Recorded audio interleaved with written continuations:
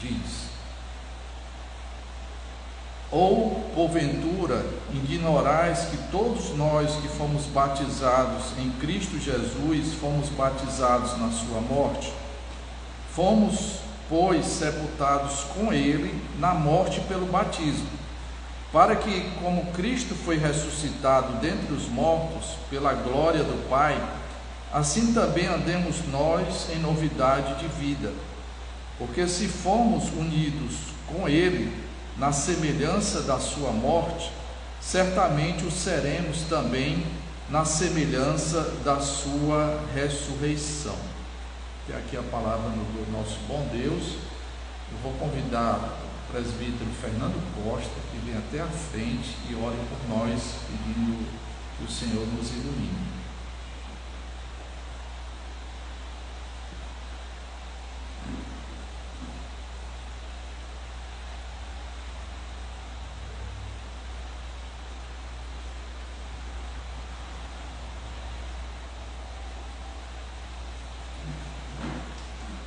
Ó Deus, como é bom estarmos aqui, como já disseram os teus discípulos, Pedro, Tiago e João, que nesta comunidade, Senhor, que a tua glória resplandece por meio da tua palavra exposta. Nós te agradecemos por tudo isto, por essas bênçãos incontáveis, as quais nós não merecemos, mas pela tua graça inefável, o Senhor bondosamente faz com que os nossos corações sejam agradecidos a Ti, Senhor, por tudo que Tu és e por tudo que Tu realizas em nossas vidas. Te pedimos que toda a igreja aqui reunida seja abençoada, Senhor, pela exposição da Tua palavra. Esteja com o nosso pastor, fazendo com que ele, Senhor, receba a iluminação do alto, de tal modo que Tu fales através dele tudo aquilo que nós precisamos. No nome de Jesus nós te oramos. Amém.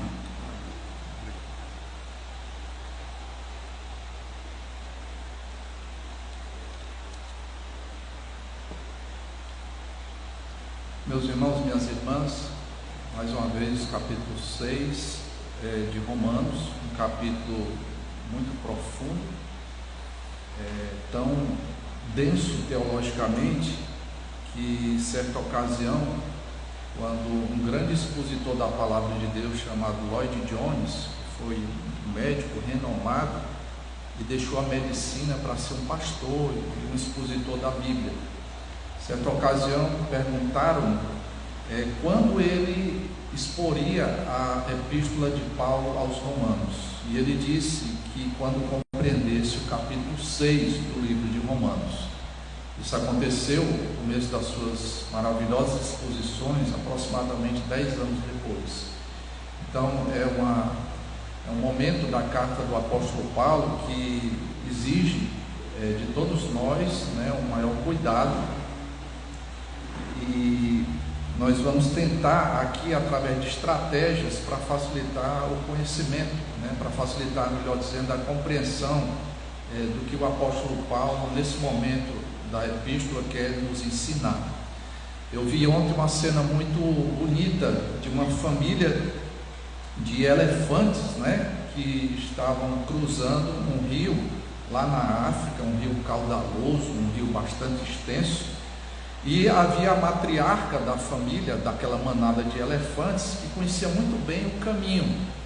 E ela conduziu a manada justamente por uma parte do rio que era mais, não tão profunda, era mais rasa. E até os filhotinhos, com uma certa dificuldade, acompanharam aquela manada.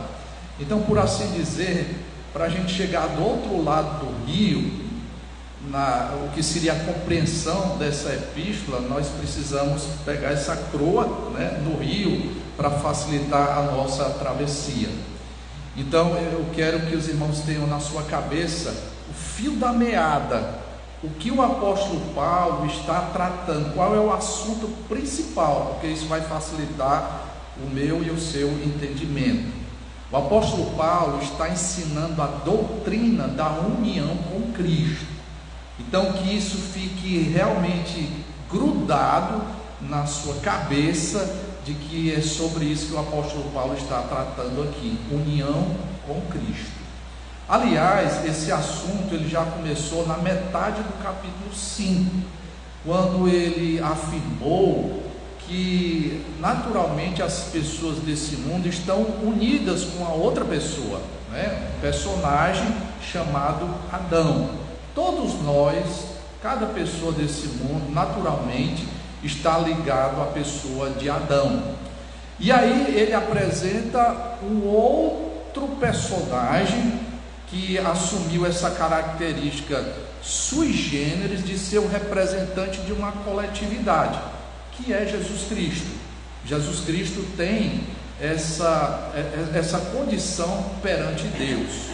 Aí nós vimos que há basicamente dois grandes representantes. Aliás, só existem esses dois grandes representantes, Adão e Cristo. De tal forma que a herança de cada um desses representantes, ele se estende à coletividade. A herança do primeiro representante, de Adão, é uma triste herança. Nós herdamos o pecado, nós herdamos a morte, nós herdamos a possibilidade terrível de uma condenação. Enquanto que o segundo representante, nós, quando estamos unidos com ele, nós também temos uma herança, só que é uma herança maravilhosa, uma herança inacessível. Graças à obra dele nós podemos ter o perdão de todos os nossos pecados. Graças à obra dele nós somos retirados do império das trevas e colocados no reino da graça.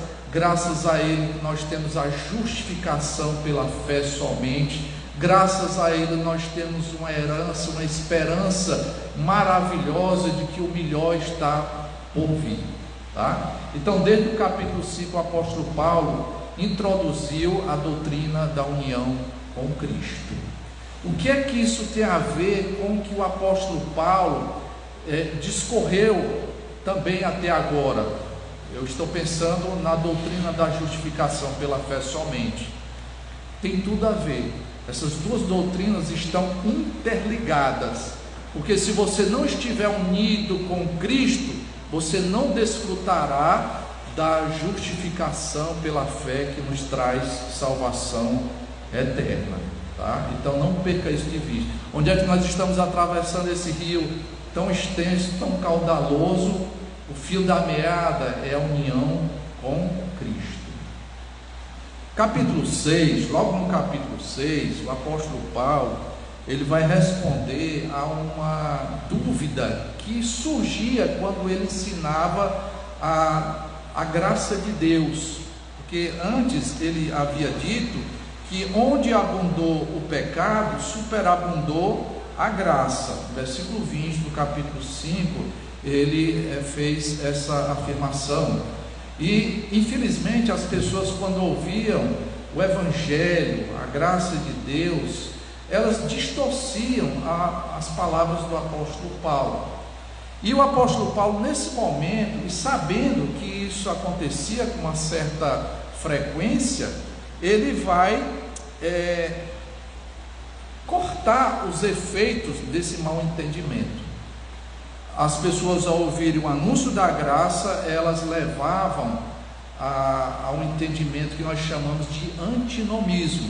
O que é o antinomismo? Literalmente é contra a lei de Deus. As pessoas diziam o seguinte: olha, se é assim, se eu não preciso fazer nada em prol da minha salvação, se é tudo graças ao que Cristo fez, então é muito bom ser crente.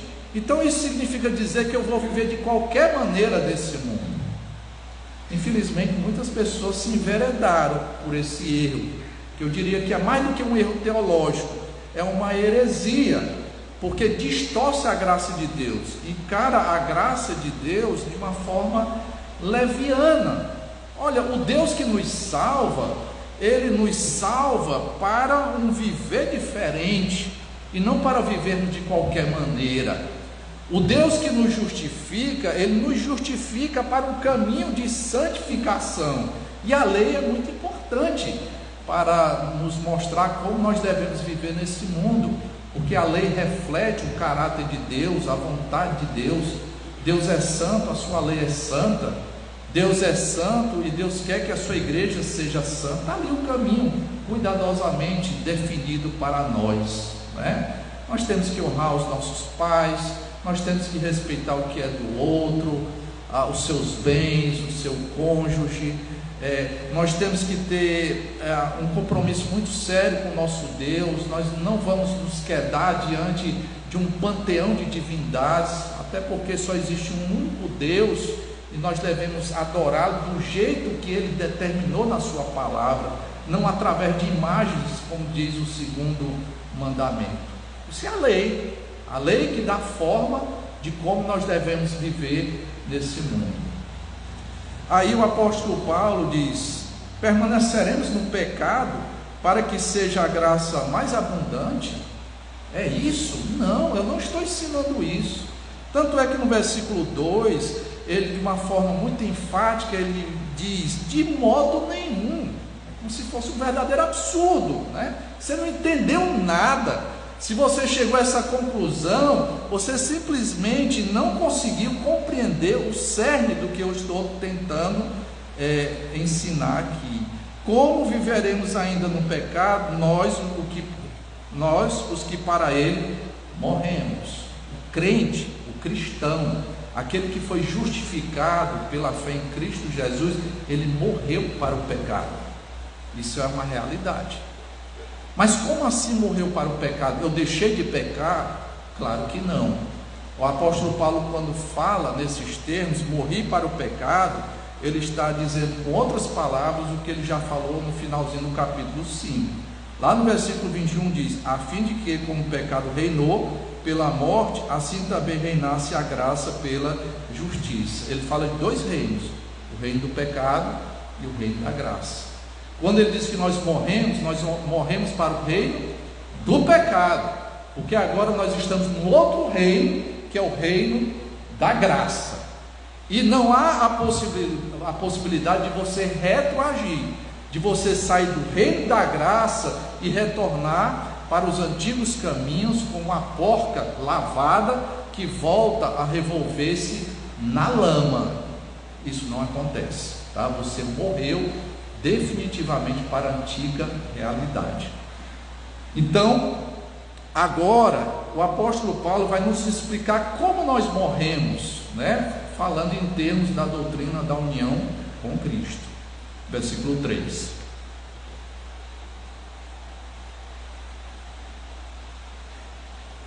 Ou porventura ignorais que todos nós que fomos batizados em Cristo Jesus fomos batizados na sua morte? Aqui a gente tem que fazer algumas considerações também, porque o texto menciona a palavra batismo, e naturalmente quando nós falamos de batismo, a primeira imagem que vem à nossa cabeça é o batismo com água ou nas águas, de acordo com a sua tradição, né? Se você for pertencente a uma igreja batista ou Assembleia de Deus, você vai imaginar que o batismo é mergulhando, é imergindo para depois emergir. Naturalmente você vai imaginar que o apóstolo Paulo, já que mencionou batismo, ele está falando de batismo com água ou nas águas. Aí gera toda uma confusão aqui. Eu estou unido com Cristo por causa do batismo. Que batismo ele está falando aqui? Essa é uma colocação muito importante. Então eu já deixo claro para você, meu irmão e minha irmã, que o apóstolo Paulo não está falando do batismo com água. Quando a Bíblia fala de batismo com água, mas também outros tipos de batismo: batismo com fogo, o batismo com o Espírito Santo. E mesmo quando a Bíblia fala de batismo com água, a gente tem que diferenciar ainda do batismo que era feito na época de João Batista para o batismo cristão. Era o batismo com água ali, mas significados diferentes, tá? Então, muito cuidado de você achar que esse batismo aqui, que o apóstolo Paulo diz, que nós fomos batizados em Cristo Jesus, portanto fomos batizados na sua morte, não significa o batismo com água, tá? Alguns segmentos religiosos da cristandade vão entender, como eu disse, justamente isso. Uns vão dizer que através das águas do batismo, isso vai transmitir graça para aquele que está sendo batizado. É a visão que nós chamamos de sacramentalista, que é a visão da igreja anglicana e também da igreja católica romana, que ela acredita que no momento em que o sacerdote conduz aquele rito, as águas do batismo vão transmitir literalmente graça, e as águas do batismo vão trazer uma condição diferente para quem está sendo batizado. Não é isso, tá? E também você não pode imaginar esse batismo aqui como sendo, como eu falei no mundo evangélico, o batismo com água, e até ao longo dessa passagem, o apóstolo Paulo, ele vai trazer à memória que nós estamos unidos com Cristo de tal forma que nós morremos, fomos sepultados e aí nós ressuscitamos. E aí se coloca uma forma de batismo para representar simbolicamente, inclusive, isso que acontece. Por isso que se pensou no batismo por imersão. O imergir, a pessoa mergulhando na água, simbolizaria, segundo essa tradição, que a pessoa está morrendo naquele momento, está sendo sepultada. E quando ela sai, quando ela emerge das águas, aquilo representaria a sua ressurreição em Cristo Jesus, tá? E que fique bem claro que não é o batismo com água. E que batismo ele está pensando aqui? É o batismo com o Espírito Santo. Uma passagem paralela vai nos ajudar a compreender isso. Por favor, abra sua Bíblia em 1 Coríntios, capítulo 12, versículo 13.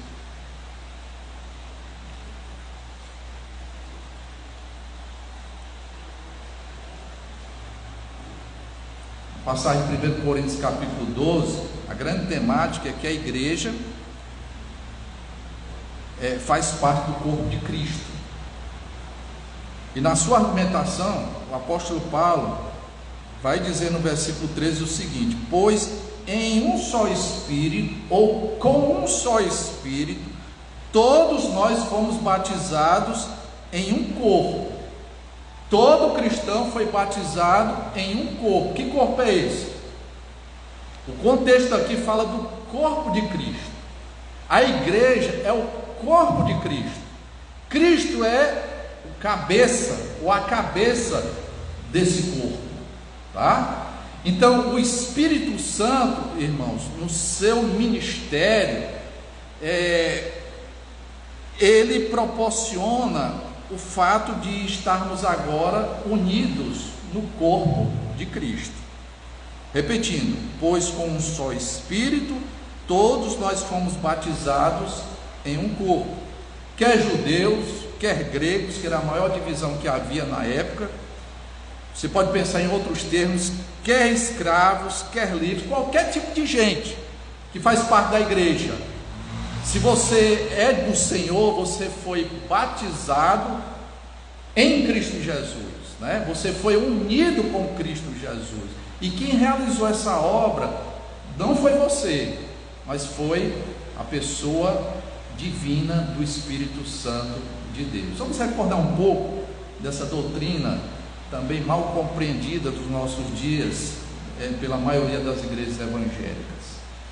Quando João Batista, que era o precursor de Jesus Cristo, ele chamava as pessoas ao arrependimento, ele disse que viria outro, que ele não seria nem digno de desatar as sandálias dos seus pés, e que João batizava com água, mas esse que haveria de vir batizaria com o Espírito Santo. Ele estava falando de quem? Do primo dele, que era Jesus. Jesus Cristo, um pouco antes dele ascender aos céus, ele diz para os seus discípulos: não se ausente da cidade de Jerusalém, porque aquela promessa antiga, do Antigo Testamento, e corroborada por João Batista, haveria de se cumprir. Isso aconteceu exatamente no dia de Pentecostes, 50 dias depois da Páscoa, que os discípulos tiveram aquela experiência extraordinária de línguas como que de fogo pousando sobre as suas cabeças, e eles falando idiomas que eles não estudaram, Foi uma ação sobrenatural do Espírito Santo de Deus. Então, naquele momento, os discípulos foram batizados com o Espírito Santo. E assim tem sido ao longo da história da igreja. Todo crente verdadeiro, ele nunca vai ter uma expectativa ou vai aguardar o momento na sua trajetória que ele será batizado com o Espírito Santo. Se você diz que é crente, que você já foi justificado, você já foi batizado com o Espírito Santo. E quando você é batizado com o Espírito Santo, isso significa dizer que você está unido com Cristo. É isso. O próprio Senhor Jesus Cristo nos batiza com o Espírito, e o resultado desse batismo com o Espírito Santo é que nós estamos unidos com Jesus, de tal forma que aquilo que é dele é meu. É isso que o apóstolo Paulo está ensinando aqui. Mas infelizmente existem alguns segmentos evangélicos que criam uma expectativa nos crentes de que eles devem buscar o batismo com o Espírito Santo como uma segunda bênção. Eles dizem: primeiro você se converte, e conversão, como nós sabemos, é crer em Jesus Cristo e arrepender-se dos seus pecados. Uma vez que isso aconteceu, você precisa procurar um certo crescimento espiritual, e você vai apresentar uma grande maturidade, uma grande vitalidade, um grande poder em Deus quando você recebe uma segunda bênção, que eles chamam de batismo com o Espírito Santo. Irmãos, quem é de Jesus já está em Jesus, já foi batizado com o Espírito. Dito isso, voltemos ao texto. Ou porventura ignorais, a gente não pode ignorar essas coisas. O apóstolo Paulo escreve isso para nos dar informação. Essa informação é importante, porque quando nós percebemos que estamos unidos com Cristo, nós teremos uma segurança maior, nós vamos experimentar isso, nós experimentaremos também um fortalecimento e uma esperança bem mais robusta destas coisas. Porque uma vez que você está unido com Cristo, isso não pode ser desfeito. Isso gera muita paz no coração. Por isso que a gente não pode ignorar essas coisas. Por isso que o apóstolo Paulo traz essa informação, e por isso que a igreja deve ensinar essas verdades. Não ignoreis que todos nós que fomos batizados em Cristo Jesus, fomos batizados na sua morte. Batizado aqui, em outras palavras, é união com Cristo. Se eu estou unido com Cristo, eu estou unido com Cristo na sua morte. Versículo 4: fomos, pois, sepultados com ele na morte pelo batismo, para que, como Cristo foi ressuscitado dentre os mortos pela glória do Pai, assim também andemos nós em novidade de vida. Ele vai explicar melhor esse batizado na sua morte, e ele vai reforçar essa ideia de que nós morremos com Cristo. Cristo morreu, e nós morremos, a igreja de Deus que está unida com Cristo, morre com Cristo também pelo batismo, e entenda batismo aqui não nas águas ou com as águas, mas o batismo com o Espírito Santo. Somos unidos. Ele morreu, nós morremos também. E se nós estamos unidos com Cristo na sua morte, Cristo não permaneceu morto, ele ressurgiu. Se ele ressurgiu, como estamos unidos a ele, nós também ressurgimos com ele, Uma coisa está relacionada com a outra. E ele diz que essa ressuscitação foi graças à glória do Pai. Paulo diz que Cristo rompeu os grilhões da morte pela glória do Pai. Vamos pensar um pouco nessa expressão. O que é que ele quer dizer por glória do Pai? Irmãos, quando Deus se manifesta, Ele sempre demonstra a sua glória. Quando Ele se revela, isso é um ato glorioso da parte de Deus. E pensando aqui, o que está em destaque é o poder de Deus, porque era necessário que o Senhor rompesse a lei da morte. É uma lei poderosíssima. Quem morreu não volta, a não ser que Deus o faça. Isso pressupõe poder. Então, a manifestação da glória de Deus é um sinônimo para o poder de Deus. O onipotente Deus retirou seu próprio Filho da morte. Por isso que Ele ressuscitou. E é esse mesmo poder que nos une a Cristo e também nos faz ressuscitar em Cristo Jesus. Mas o que é que Ele quer dizer por morte? Morremos em Cristo. E o que é que Ele quer dizer por ressuscitar em Cristo Jesus? A primeira coisa nós já vimos, irmãos. Essa morte aí tem a ver com o versículo 21 do capítulo 5.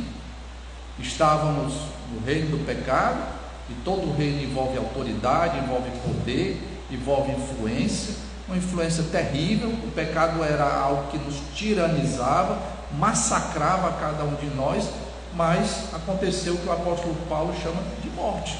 Estamos unidos com Cristo, morremos com Cristo. Não vai entender literalmente que nós morremos lá na cruz com Cristo Jesus. Essa morte aqui representa que já não estamos no reino do pecado, estamos no outro reino. Então nós não podemos viver de qualquer maneira. Cristo muda algo no nosso coração também. Além de Ele nos justificar, Ele nos prepara para uma vida de santificação, de batalha contra esse princípio horrível que ainda está no nosso coração. Em outras palavras, quem está unido com Cristo e portanto morreu para o pecado, é o que o João vai dizer lá na sua epístola, que nós não vivemos mais na prática do pecado. É isso que ele quer dizer. E por ressuscitar, é uma forma positiva dele dizer o que o apóstolo Paulo também vai dizer lá em 2 Coríntios capítulo 5, versículo 17. Vamos relembrar essa passagem muito conhecida. 2 Coríntios capítulo 5, versículo 17.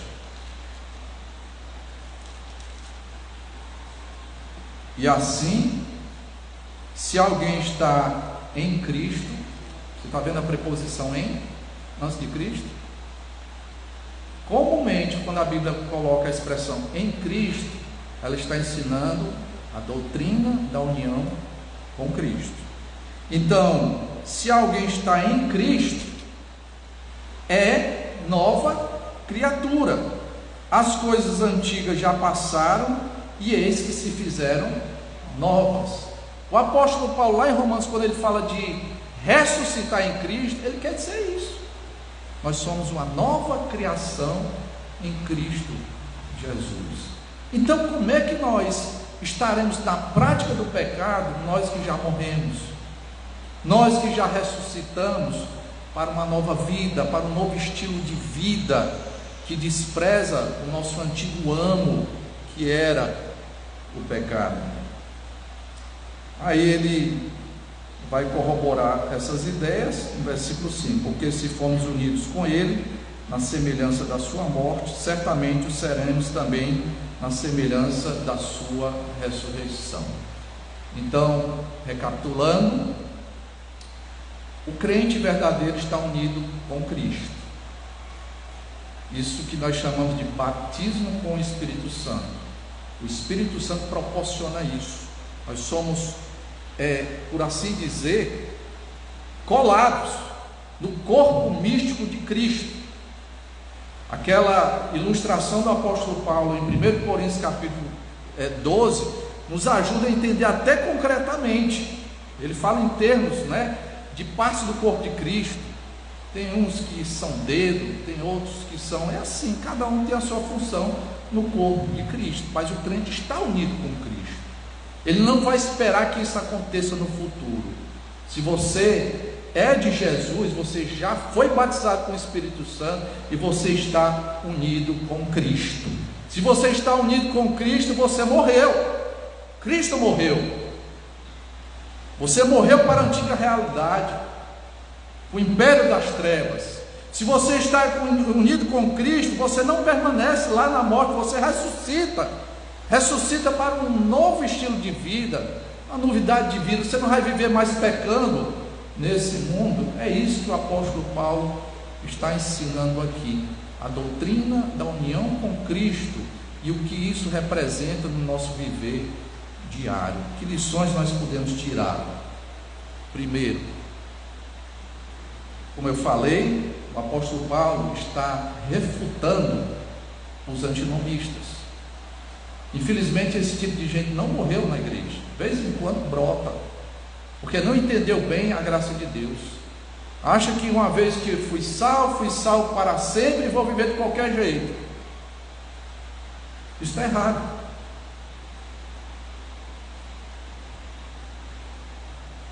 Quem está em Cristo vive diferente, dá as costas para o pecado e tem prazer em servir a Deus do jeito que Deus determina na sua palavra.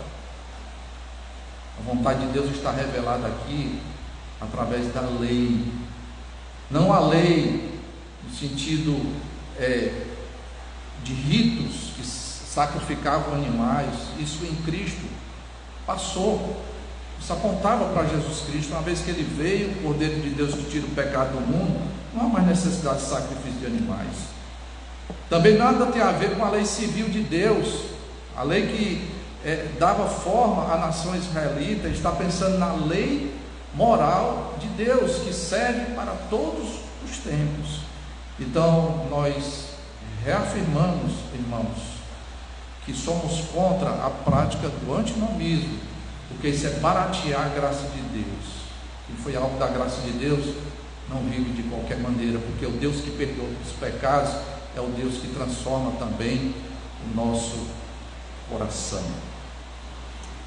Segundo lugar, a segunda lição que deve estar bem clara na nossa cabeça é que nós fomos unidos com Cristo para um novo viver. E aí eu quero reforçar isso, recordando você o que Paulo, melhor dizendo, o que João escreveu na sua epístola. Eu mencionei ano passado, mas agora eu quero citar ipsis literis o versículo. 1 João capítulo 3, versículo 10.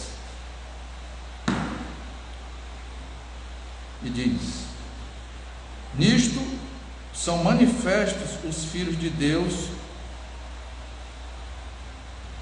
desde o 9. Todo aquele que é nascido de Deus não vive na prática de pecado, pois o que permanece nele é a divina semente. Ora, esse não pode viver pecando, porque é nascido de Deus. Quem está unido com Cristo não pode viver pecando. Aí ele arremata dizendo: nisso são manifestos os filhos de Deus e os filhos do diabo. Todo aquele que não pratica justiça não procede de Deus. Então você não pode viver de qualquer maneira, nem aquele que não ama a seu irmão. É isso que ele quer dizer para morrer e ter uma nova vida. E a terceira lição: você precisa se conscientizar dessa doutrina. Essa doutrina é pouco ensinada nas igrejas. O fato de estarmos unidos com Cristo não vai te levar a uma experiência subjetiva, emocional. A igreja evangélica hoje é muito sensorial. A igreja evangélica hoje, ela está muito preocupada com grandes emoções e sentimentalismo. Acha que as grandes experiências têm que ser sentidas.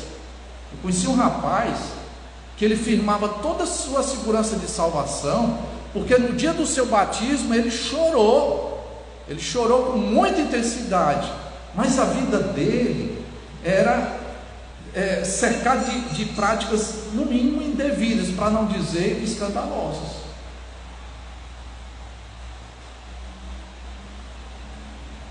Entenda que aquele que foi unido com Cristo tem uma grande segurança de salvação também. Por isso que é tão importante você entender essas verdades. Por isso que o apóstolo Paulo diz: porventura ignorais que todos que nós fomos batizados. A gente não pode ignorar essas questões. Não sou contra as emoções, de maneira nenhuma, mas a emoção vem depois da compreensão. Você tem que absorver o ensinamento e a doutrina bíblica. Você tem que saber qual é a sua posição diante do Senhor. Isso nada tem a ver com sentimentos, não é uma experiência subjetiva, é um ensinamento objetivo. Você recebe a instrução da palavra de Deus: é assim que eu estou hoje, unido com Cristo. Então eu morri para o pecado e ressuscitei para uma nova vida, porque eu sou uma nova criação em Cristo Jesus. Uma vez que você compreende isso, o efeito prático é que você vai ter segurança de salvação, você vai ser fortalecido e a sua esperança será muito mais forte. Estou com Cristo e o corpo de Cristo não pode ser mutilado. Não vivamos, irmãos, como um determinado homem de uma história que foi contada pelo reverendo Augusto Nicodemos. Ele disse que havia um plantador de batatas que pelejou a vida toda de plantar num ambiente pedregoso, num ambiente inóspito, até que finalmente ele desistiu. E o outro dono, que comprou aquele terreno, perfurou, e lá havia uma reserva de petróleo magnífica. Então aquele homem que estava e foi dono durante muito tempo daquela área, só plantando batatas, não sabia, não tinha consciência que a riqueza estava por baixo daquele solo. Tem muito crente assim, que é salvo em Cristo Jesus, que está unido com Cristo Jesus, mas que não tem plena consciência do que é estar em Cristo.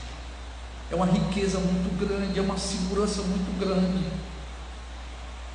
Bote isso na sua cabeça: o corpo de Cristo não pode ser mutilado. Você está lá e você vai ficar para sempre. E lembre-se, ou você está em Adão ou em Cristo.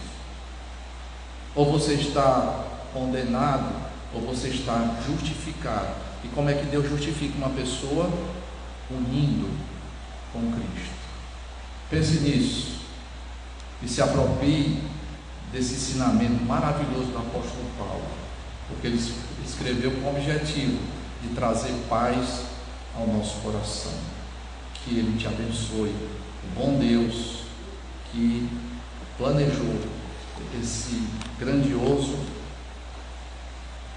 plano de salvação que chegou até nós. Vamos orar. Senhor nosso Deus, nosso eterno Pai, te agradecemos por essas palavras, ó Deus. Não são palavras fáceis de serem digeridas. Quando nós pensamos, ó Deus, em Ti e na maneira que o Senhor age para reverter a nossa triste situação, tudo é profundo demais, Senhor. Mas uma vez que essa bendita compreensão chega até nós desfrutamos de segurança, Senhor, e de gratidão. Isso nos ajuda, Senhor, até na nossa adoração, porque essa adoração adquire cores mais fortes, nos faz, Senhor, pensar como esse plano é perfeito, Senhor, como esse plano contemplou tantas coisas. Ajuda a que a tua igreja possa compreender plenamente, até onde nos for possível, Senhor, essa doutrina da união com Cristo. Ouve-nos, ó Deus, e esclarece aqueles que estão angustiados agora, Senhor, e mesmo sendo salvos, ainda têm dúvidas muito sérias acerca da sua salvação. Traz essa convicção, Senhor, só Tu podes fazer isso. E quanto àqueles, ó Deus, que ainda estão em Adão, que ainda não creram em Jesus, tenha misericórdia, ó Senhor. Só Tu podes realizar essa obra perfeita e poderosa de salvação.